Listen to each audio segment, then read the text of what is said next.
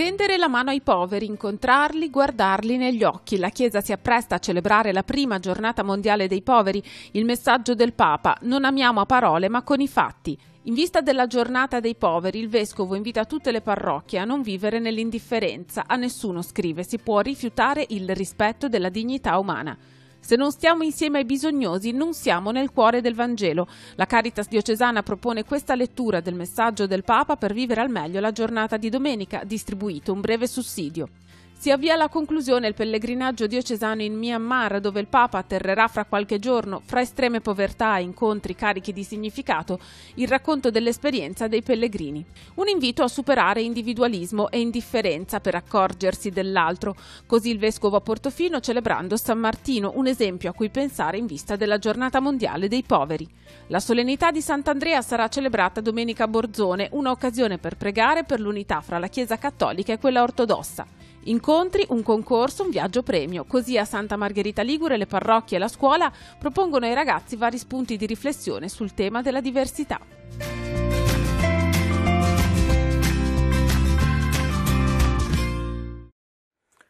Benvenuti a Noi Chiesa, la nostra trasmissione dedicata alla vita della diocesi di Chiavari. Questa settimana iniziamo con un'ampia pagina dedicata alla Giornata Mondiale del Povero, istituita quest'anno per la prima volta da Papa Francesco, che si concretizzerà con la celebrazione dell'Eucarestia domenica mattina a partire dalle 10 in piazza San Pietro. Potrete seguire la diretta su Telepace 1 al canale 15. L'invito per la Giornata Mondiale del Povero è quello alla riflessione e soprattutto a vincere l'indifferenza verso quelle forme di povertà che tante volte si concretizzano nella marginalità, nella solitudine, nella tristezza e perché no anche nella depressione. Papa Francesco ha voluto mettere al centro le povertà materiali e quelle spirituali. Lo ha sottolineato anche il vescovo diocesano Monsignor Alberto Tanasini nel messaggio preparato per questa giornata, che per le nostre parrocchie potrà essere celebrata attraverso il sussidio preparato dalla Caritas diocesana, dall'ufficio pastorale liturgica e dall'ufficio catechistico. Allora, su tutto questo vediamo i nostri primi servizi di questa puntata.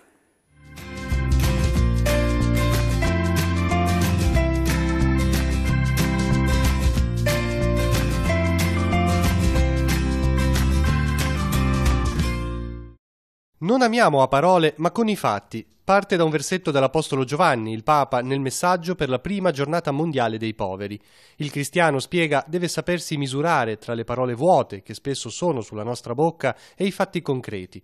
Francesco invita ad avere uno sguardo sull'essenziale, dunque, che deve tradursi in un vero incontro con i poveri.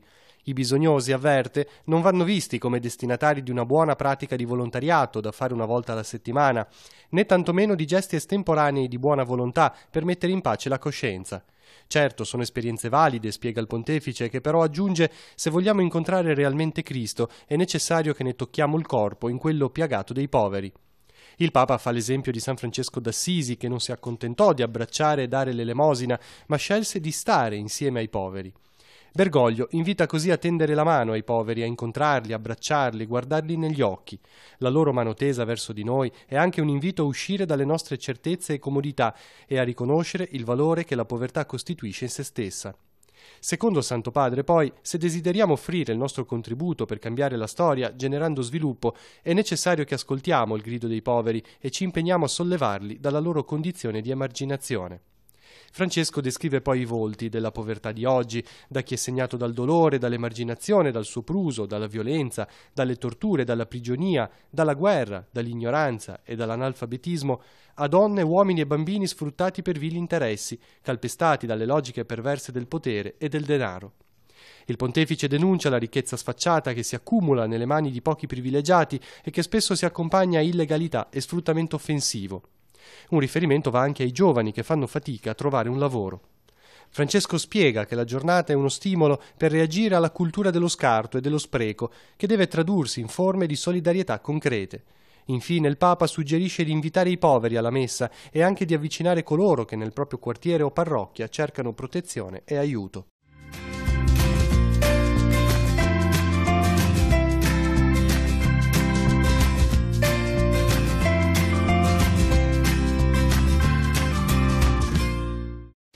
Papa Francesco ha indetto per domenica 19 novembre la prima giornata mondiale dei poveri.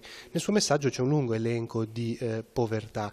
Allora viene da pensare, questa giornata di preghiera e di riflessione alla fine a livello essenziale per chi è? Noi tutti rischiamo di annoverare questa giornata semplicemente tra le giornate. Si fa questa giornata e poi è passato. Io credo che invece sia il modo di risvegliare un'attenzione. Ci accorgiamo dei poveri, ci accorgiamo delle povertà. Il guardare al povero che mi tende la mano per strada è già un accorgerci del povero, perché oggi c'è la grande tentazione di non accorgerci del povero, ci dà fastidio. Ma non mi accorgo anche che ci sono delle povertà che non sono quelle di chi tende la mano, sono delle povertà nascoste, forse nella mia scala di abitazione, nel mio vicino, il povero indigente, ma c'è il povero solo, cioè la persona che ha tante cose e che non ha bisogno dell'obolo, che non me lo chiede, ma avrebbe bisogno di una presenza, di una parola, di una vicinanza, del come stai. C'è il povero che è profondamente turbato, cioè la persona che vive in una depressione, in un pessimismo, è povero, te ne accorgi, me ne accorgo. Alla fine arrivo a me stesso, alla mia povertà. Quindi in un tempo in cui è sembrato esplodere l'autosufficienza, ci si accorge che invece la più diffusa è la povertà. Me ne accorgo, ho occhio per questo, e allora diventa la giornata del povero uno scossone che deve durare ogni giorno. Ogni giorno domandarmi, ma questo forse ha bisogno di me e io posso fare qualcosa per lui, e nello stesso tempo dire io avrei bisogno. Ecco, credo che questo sia il valore di questa giornata, il valore più profondo. Quindi non dico allora dimentichiamo il povero che manca delle cose, no, quello è l'incontro e mi viene da dire l'occasione, è il modo per abituare il mio occhio a vedere la povertà, e quindi devo intervenire. Nello stesso tempo però ecco, questo occhio formato sarà capace anche di vedere tutte le povertà, compresa la mia. Lei ha invitato le comunità a seguire anche il sussidio che è stato preparato dalla Caritas diocesana e anche il percorso dell'Avvento. Tra le varie iniziative c'è anche quella che ci riporta alla missione diocesana a Cuba. In particolar modo ci sono stati alcuni mesi, come dire, di pausa anche per cercare di capire quali fossero poi le necessità e i progetti anche della diocesi di Santa Clara. Adesso però, come diceva lei nel messaggio, è tempo di intervenire.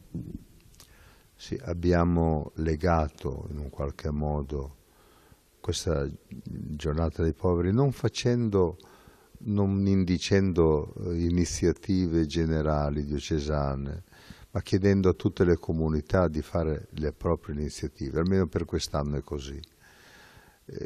Forse abbiamo bisogno anche di rodaggio noi, e quindi partiamo in questo modo sperando di poter crescere. Però abbiamo legato a questa giornata, dato anche la prossimità, a quello che sono le iniziative dell'Avvento di carità. Noi abbiamo due momenti della vita diocesana, l'Avvento di carità, la Quaresima di carità. L'Avvento di carità E da questo punto di vista uno degli impegni è proprio guardare a Cuba, come tu dicevi, tenendo conto del fatto che non possiamo dimenticare il danno che è stato portato dal tifone Irma. E quindi la Caritas ha lanciato questa raccolta anche proprio per la missione di Cuba. La missione di Cuba che però, dobbiamo dire, non è stata direttamente molto colpita, un po' colpita sì, ma non molto colpita. E per questo motivo siamo piuttosto attenti al resto della diocesi di Santa Clara, dove ne siamo presenti, perché ci sono delle zone invece pesantemente danneggiate, colpite. E allora vorremmo lavorare in sintonia con la diocesi di Santa Clara. Il vescovo Arturo lo conosciamo, sappiamo la sua prudenza, la sua capacità di guardare la concretezza delle situazioni e quindi con grande fiducia vogliamo collaborare con lui.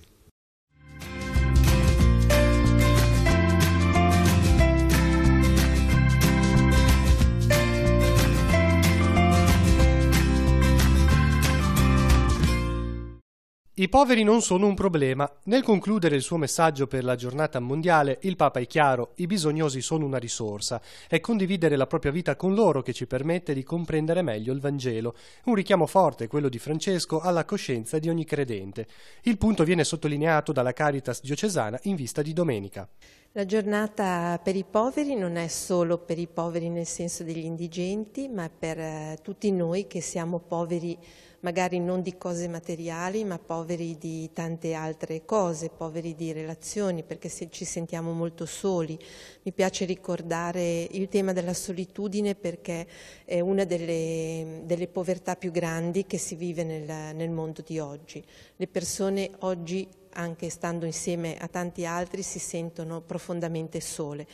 E poi comunque è una giornata dedicata a tutte le persone che sentono di vivere una povertà che può essere appunto materiale, intellettuale, una povertà di cose o anche una povertà appunto di relazioni con le persone. Nel lungo messaggio del Papa c'è un aspetto che si può recuperare e che ci può aiutare. Direi che ci facciamo aiutare in questa sua richiesta di stare con i poveri, e cioè di stare nella relazione con gli altri, perché soltanto stando nella relazione con gli altri possiamo affrontare e parlare della nostra vita e rileggere la nostra vita e riorientare la nostra vita al messaggio evangelico. Caritas, ufficio catechistico e ufficio liturgico hanno preparato un sussidio con alcune idee che i parroci potranno attuare nella giornata di domenica 19, ma che vuole essere anche un supporto per ogni singolo fedele. Abbiamo anche sbriciolato il messaggio, quindi abbiamo pensato delle briciole di messaggio che diventano anche un augurio per le persone. Le abbiamo mandate nelle parrocchie, ma ne abbiamo preparate nel nostro ufficio, le abbiamo portate ai nostri volontari proprio perché ciascuno si senta raggiunto da questo messaggio e anche da questo augurio.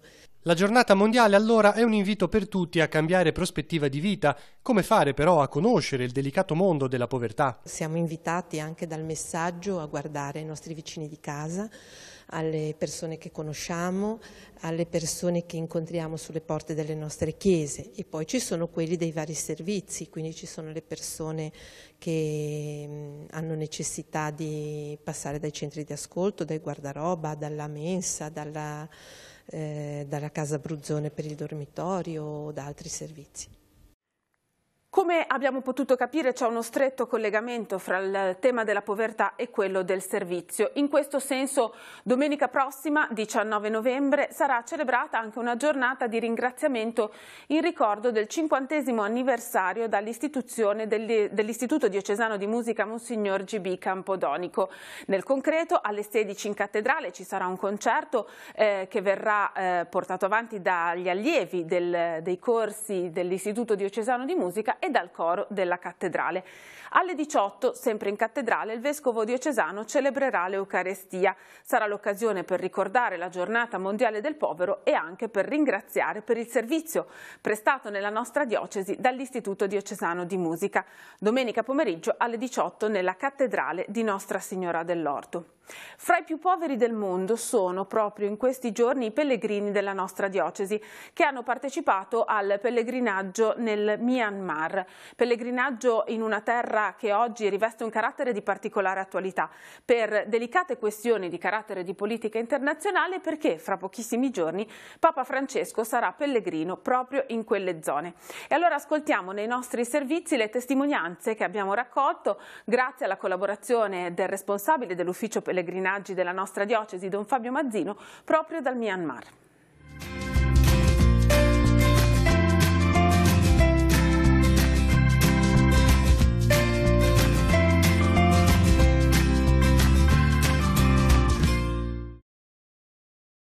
I pellegrini della diocesi di Chiavari si trovano da alcuni giorni in Myanmar, l'ex Birmania. Oggi è in programma la visita alle suore che ospitano un gruppo di orfani a Manalapula. Ieri invece la visita al dispensario di Mandalay. Da qualche giorno il nostro pellegrinaggio diocesano sta trovando alcuni punti di rilievo, di importanza. Anzitutto l'esperienza più bella è quella di trovarci piccoli, di fare proprio i conti con la nostra povertà di conoscenza, di informazione, sia a proposito di piccolissimi passaggi, momenti di condivisione. Siamo nella parrocchia di Padre John a Mandalay, dove lui insieme ad un monastero buddista nel quartiere più povero si occupa di un dispensario medico.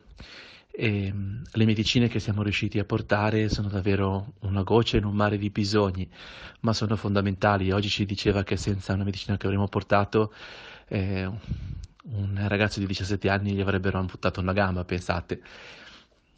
Ma la cosa più preziosa mi sembra che forse impariamo noi ad aprire gli occhi, aprire il cuore e ad offrirci delle prospettive nuove. Fra pochi giorni, il 25 novembre, Papa Francesco atterrerà a Yangon, la città più grande del Myanmar. Nella capitale Nay Pyi Taw incontrerà le istituzioni, la piccola comunità cattolica e quella buddista. Poi si sposterà in Bangladesh, a Dhaka, dove è previsto un fitto calendario di celebrazioni ed incontri. Questa fetta del continente asiatico è scossa in queste settimane dalle notizie di attualità sui caso dei Rohingya, su quello dell'ex leader dell'opposizione Aung San Suu Kyi e sugli sviluppi della politica internazionale. Su questo sarà interessante ascoltare la testimonianza dei pellegrini diocesani al loro rientro. Quello che è stato detto dalla CNN ha provocato qui una grande reazione. Le informazioni che abbiamo in Occidente sono proprio completamente differenti e spesso sono anche un po' create ad arte per interesse e chi ci rimette poi è la povera gente, ma forse riuscirò a spiegarmi meglio. Il viaggio nel territorio dell'ex Birmania sta dando ai pellegrini della diocesi l'opportunità di entrare a contatto con la storia della popolazione locale e anche la difficile convivenza tra diverse religioni. In particolare in questi giorni i diocesani hanno constatato la diversità e l'origine dei contrasti che avrebbero portato l'esercito di Myanmar a fare fuoco sui civili in fuga dai villaggi abitati dalla minoranza musulmana di Rohingya. Non sempre le notizie che giungono in Occidente rappresentano appieno la realtà. Da quello che abbiamo potuto capire, la preoccupazione appunto alla base di questo conflitto deriva dal fatto che la popolazione Rohingya, che è musulmana, sta cercando sempre più di espandersi, e questo determina una forte preoccupazione da parte della popolazione buddista, che sebbene sia largamente maggioritaria all'interno del paese, vede questa tentativa di espansione da parte dei musulmani come una possibile minaccia, e quindi ciò determina un forte conflitto tra le due popolazioni. In questo contesto, a luce e ombre, il paese si sta preparando alla visita di Papa Francesco, che giungerà nello Stato asiatico il 28 novembre prossimo. Qui solo l'1% della popolazione è di religione cattolica. L'arrivo del pontefice è visto come un'occasione pacificatrice per il paese. Da quanto abbiamo potuto appurare, anche le notizie che i media, anche stranieri, stanno facendo arrivare qui, sono quelle appunto che il Papa voglia venire qui per far fare la pace obbligatoriamente, in qualche modo comunque a difendere soprattutto i diritti dei Rohingya a scapito della popolazione buddista, e quindi questo ha creato una certa tensione e sentimenti non troppo favorevoli alla visita del Papa, seppure siamo consapevoli del fatto che le intenzioni del Santo Padre sicuramente non sono quelle di costringere a raggiungere degli accordi, ma avviare un dialogo serio perché nel rispetto della libertà e dei diritti di ciascuno possa davvero emergere in modo chiaro e netto una situazione di pace, di assenza di conflitto. Il volto e la passione di 12 suore missionarie hanno incrociato per qualche ora il cammino dei pellegrini della diocesi di Chiavari in Myanmar. Il gruppo ha incontrato ad Amanalapula le religiose dell'Ordine di San Giuseppe. Qui gestiscono un ambulatorio medico per bimbi e ragazzi provenienti anche da lontano, un asilo e una casa di riposo. C'era anche la scuola in precedenza, confiscata però alle suore nel 1965 durante la dittatura militare. I pellegrini sono rimasti colpiti dalla dolcezza delle religiose, molte di loro anziane. Forse a qualcuno può sembrare inutile la presenza così minima dei cristiani in una terra in cui altre religioni hanno maggioranza assoluta.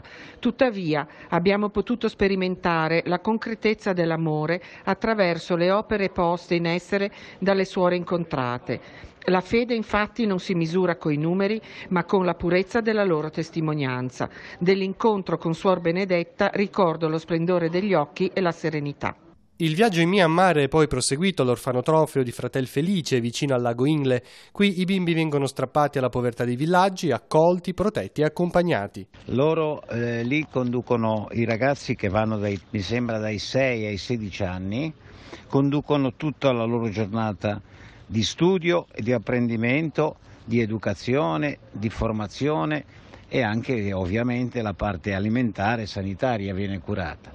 Le scuole alle quali si rivolgono sono nei pressi di questo orfanotrofio, e ho trovato un'educatrice, non uso altri termini perché non so il vero ruolo suo, molto motivata nel parlarci di questi ragazzi che sono stati raccolti nelle campagne intorno e quindi provengono prevalentemente da famiglie povere. Una figura simbolo nell'iconografia cristiana dell'attenzione verso il povero è quella di San Martino, che diede metà del suo mantello proprio a chi gli chiedeva aiuto. La festa di San Martino è stata celebrata con particolare solennità nel borgo di Portofino. La celebrazione dell'Eucarestia è stata presieduta dal vescovo. Vediamo.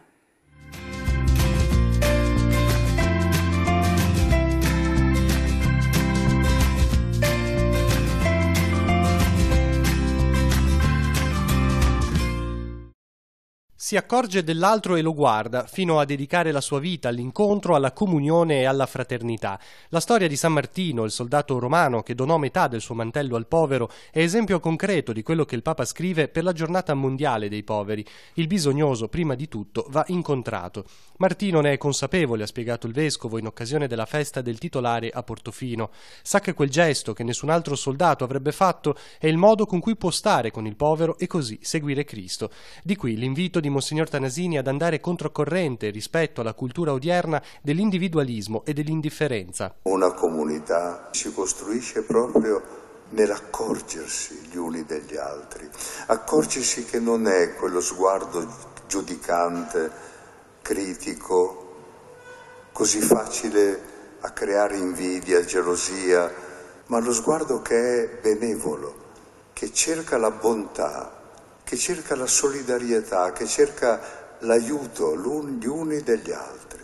Le parole del pastore della diocesi sono state accolte nel profondo dalla gente del luogo e dai fedeli provenienti dalle altre comunità del territorio. Portofino è una comunità che vive veramente, la fratellanza, l'umiltà, la dignità di essere al servizio di coloro i quali ci vengono, a trovare nell'estate. Però fa servizio ma non fa mai servilismo, è una comunità dal volto umano ma dignitosa.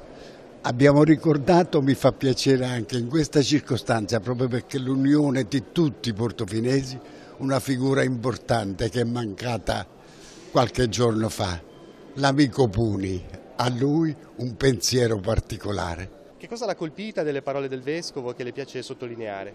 Ma l'omelia del Vescovo è stata un invito a vivere in comunità, quindi ad avere uno sguardo per le persone che ci circondano, che vivono appunto vicine a noi, non tanto per giudicarli ovviamente, quanto proprio per andare loro incontro nelle necessità quotidiane. E l'esempio proprio viene da San Martino, che ha dato parte del suo mantello a un povero, e lui che era un soldato a cavallo e che insomma nessuno si sarebbe mai aspettato si chinasse verso un povero. Ecco, questo è un po' l'invito per tutti noi, cioè a guardare chi ha bisogno e che spesso ci vive accanto e noi non siamo in grado di vedere. Oggi com'è possibile fare fraternità? Ma in comunità piccole come Portofino, che in realtà d'estate sono grandi perché hanno tantissimo turismo, però d'inverno sono molto piccole, sicuramente la Chiesa rappresenta un luogo di aggregazione, un luogo di comunità estremamente importante. Lo era molto di più in passato forse, però anche oggi diciamo che la messa della domenica richiama coloro che vivono qui e che sono poi pochi in inverno e che hanno un momento importante per condividere insieme appunto il messaggio del Signore. Quali brani avete scelto per festeggiare al meglio San Martino? Allora, noi abbiamo scelto una serie di brani stilisticamente molto vari. Si va dai brani del repertorio gregoriano, quindi proprio dalla radice, diciamo, del canto liturgico, fino a Mozart e a Saint-Saëns, quindi una grande varietà di brani. C'era anche una ricca presenza di canti assembleari, in modo che il popolo potesse partecipare alla celebrazione, e comunque c'erano molti canti polifonici, in modo che il coro potesse esprimere proprio la sua caratteristica di coro polifonico, quindi esprimere al meglio il suo stile di canto. In breve, qual è la storia del vostro coro? Ma è ormai una realtà consolidata che è nata nel 1999 grazie alla volontà del maestro Carlo Prunali e di un gruppo di zoaliesi, ai quali poi si sono aggiunti altre realtà, no? di Rapallo, anche di Chiavere, di Sesti Levante addirittura. E direi che è tutto nato così proprio a livello amatoriale. Ci sono anche alcuni professionisti che sanno proprio leggere la musica e tutto, però gli altri proprio lo fanno proprio così per spirito amatoriale, però è amanti della musica sempre. La chiesa di Portofino vi rivedrà protagonisti qui quando? Assolutamente, anzi colgo l'occasione per ringraziare Don Alessandro che ci ospita, e il 17 di dicembre terremo un concerto di Natale come tutti gli anni.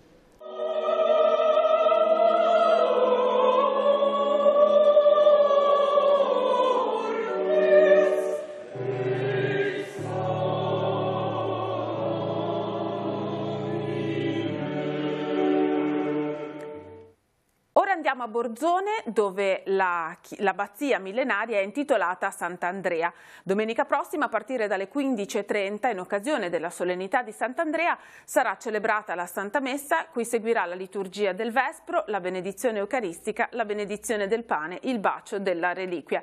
Sarà l'occasione per pregare per l'unità tra la Chiesa cattolica e quella ortodossa, in memoria del forte legame appunto di Sant'Andrea con le chiese orientali. E proprio il monastero di Sant'Andrea è oggetto da diverso tempo di lavori di ristrutturazione per poter aprire, si spera nel più breve tempo possibile, una nuova foresteria. Siamo stati a Borzone a vedere come procedono i lavori.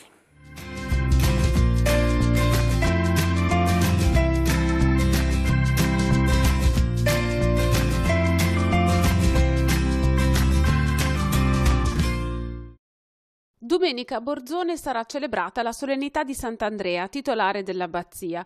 Il suo legame con le chiese d'Oriente sarà ricordato nell'intenzione di preghiera della Santa Messa, che sarà rivolta in modo particolare all'invocazione dell'unità fra la Chiesa cattolica e quella ortodossa.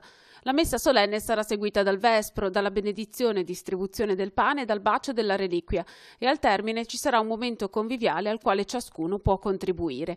È una delle diverse iniziative che stanno animando la vita del complesso monastico di Borzone, dove vive ormai da qualche tempo padre Attilio Franco Fabris, monaco diocesano. Incontri di catechesi, momenti dedicati ai fidanzati e agli sposi, il tutto nella cornice della chiesa millenaria e del monastero, dove i lavori di ristrutturazione necessitano di essere completati. Il lavoro ultimato che ha soddisfatto tutti è stato il rifacimento del tetto della futura foresteria. Adesso stiamo procedendo nell'allestimento delle stanze e appunto della foresteria a mano che arrivano fondi. Poi il grande problema a livello di ricerca di fondi è invece il tetto della parte est, dove vi era la vecchia sacrestia. Lì realmente la situazione diventa precaria e urge un intervento abbastanza radicale. E qui speriamo nella provvidenza. E la foresteria per quando potrà essere davvero utilizzata e diventare così? Anche questo è un punto importante della vita di questo monastero. Le stanze indicativamente potrebbero essere pronte, le stanze e i bagni indicativamente per la primavera, mentre il piano terra, dove c'è il rifacimento della cucina, della sala di incontri e da pranzo eccetera, lì occorreranno un po' di fondi che per ora non ci sono. Forse l'urgenza più importante è che il Signore mandi qualche vocazione ad aggiungersi a me, in modo che non rimanga un eremita, che diventi una piccola comunità. Il tema della diversità e delle varie forme di diversità culturali, diversità di pensiero, è al centro di un progetto articolato portato avanti dalle parrocchie di Santa Margherita Ligure in collaborazione con l'Istituto Comprensivo Locale. Un progetto che avrà inizio mercoledì prossimo, 22 novembre, alle 21 all'Auditorium Santa Margherita, quando ci sarà l'incontro con Suor Paola, una suora della congregazione di sorelle che prestano servizio nella Caritas di Lampedusa, proprio per sostenere la comunità locale nell'accoglienza dei migranti. Ma sulle caratteristiche di questo progetto sentiamo le interviste.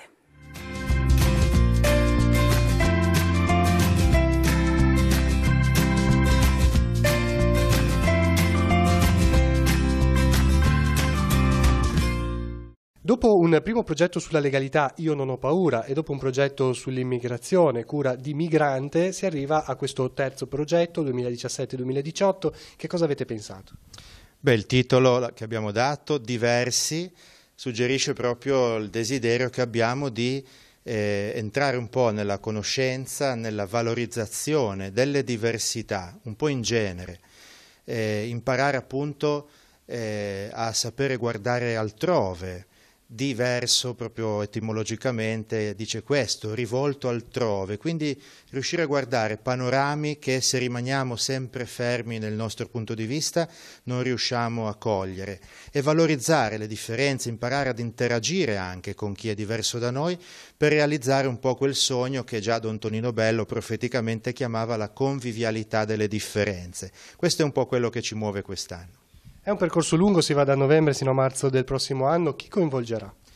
Già come in questi 2 anni sono coinvolte le parrocchie, in particolare l'oratorio, quindi il mondo dei ragazzi, ma anche dei loro genitori, e la scuola, l'Istituto Comprensivo di Santa Margherita Ligure, e poi godiamo del contributo del Comune che apprezza e valorizza un po' questi nostri percorsi. Quando si inizia? Si inizia già mercoledì prossimo, 22 novembre. Il primo punto di vista diverso è quello che ci porterà Suor Paola, una suora rumena che ho conosciuto a Lampedusa. L'anno scorso abbiamo avuto la fortuna di ospitare Pietro Bartolo, il medico. Lei lavora molto nella Caritas della parrocchia di Lampedusa e nel centro di accoglienza. Verrà a portare la sua testimonianza e forse anche aiutarci a vivere un po' la prima giornata mondiale dei poveri che Papa Francesco ci ha chiesto di vivere. Certamente lei porterà il punto di vista di tanti poveri che approdano su quell'isola. Orario e dove? Alle 21 nell'auditorium di Santa Margherita, l'incontro è aperto a tutti. Quali sono i 3 ambiti di diversità che avete pensato? Dunque abbiamo cercato di declinare tutti i tipi di diversità che ci venivano in mente, e quindi intanto siamo partiti dai talenti diversi e ospiteremo persone che ci spiegano come si fa a fare emergere ciò che si ha grazie alla natura o grazie alla volontà, e Vittorio Podestà in questo senso, l'atleta paraolimpico, sarà un insegnamento enorme per noi. Poi si passa alla diversità di pensiero, e quindi diversità per motivi culturali, religiosi, di provenienza, e si arriva fino alla diversità dettata dalle diverse scelte di vita, e qui si parlerà di peppino impastato e si arriverà a Don Lorenzo Milani e si andrà fisicamente a testare cosa vuol dire guardare le cose da un altro punto di vista, e porteremo i ragazzi al faro di Portofino per guardare dall'alto e un po' distaccati, proprio per educare a uno sguardo diverso. Poi c'è un concorso, come funzionerà? Il concorso è questo: gli studenti sono invitati a seguire tutte le riflessioni tramite gli incontri.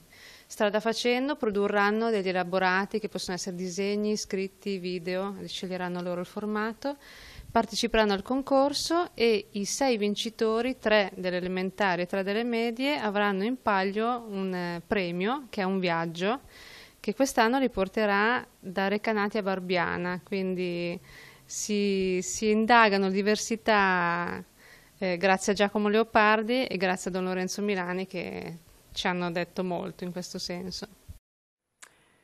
Prosegue il servizio di Telepace per quanto riguarda la trasmissione della Santa Messa domenicale, un'occasione preziosa per portare la parola di Dio nelle case di tutte le persone del nostro territorio che hanno difficoltà a spostarsi e che non possono partecipare personalmente alla celebrazione dell'Eucarestia, un'occasione anche per conoscere più da vicino il servizio svolto dalla nostra emittente.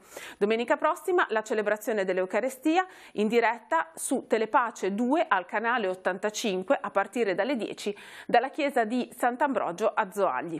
Terminiamo così il nostro appuntamento settimanale con Noi Chiesa, la nostra trasmissione dedicata alla vita della diocesi di Chiavari. Grazie per averci seguito, ci rivediamo la prossima settimana.